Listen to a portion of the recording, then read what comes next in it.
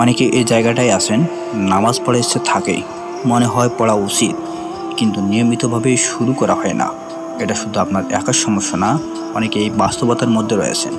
আসুন ধাপে ধাপে কিছু বাস্তব ও হৃদয়স্পর্শী পরামর্শ দেই, আপনাকে নামাজ ধরার সাথে সাহায্য করবে। আল্লাহর সাথে আপনার সম্পর্ককে বোঝার চেষ্টা করুন। নামাজ মানে শুধু নিয়ম নয়, এটা একান্তে আল্লাহর সাথে সাক্ষাৎ। 5 বার আপনি কথা বলার সুযোগ পাচ্ছেন সেই সৃষ্টিকর্তার সাথে, যিনি আপনাকে সবচেয়ে বেশি ভালোবাসেন। আপনি যতবার নামাজে দাঁড়াবেন, ততবার আল্লাহ আপনার দিকে তাকাবেন। একদিনে সব ঠিক করার চিন্তা বাদ দিন। শুরুতে 5 ওয়াক্ত একসাথে ধরবো, এটা অনেক সময় চাপ হয়ে যায়। বরং ধীরে ধীরে শুরু করুন। প্রথম সপ্তাহে শুধু ফজরের নামাজ ধরুন, দ্বিতীয় সপ্তাহে ফজর ও মাগরিবের নামাজ ধরুন, তৃতীয় সপ্তাহে ফজর, মাগরিব ও ঈশার নামাজ ধরুন।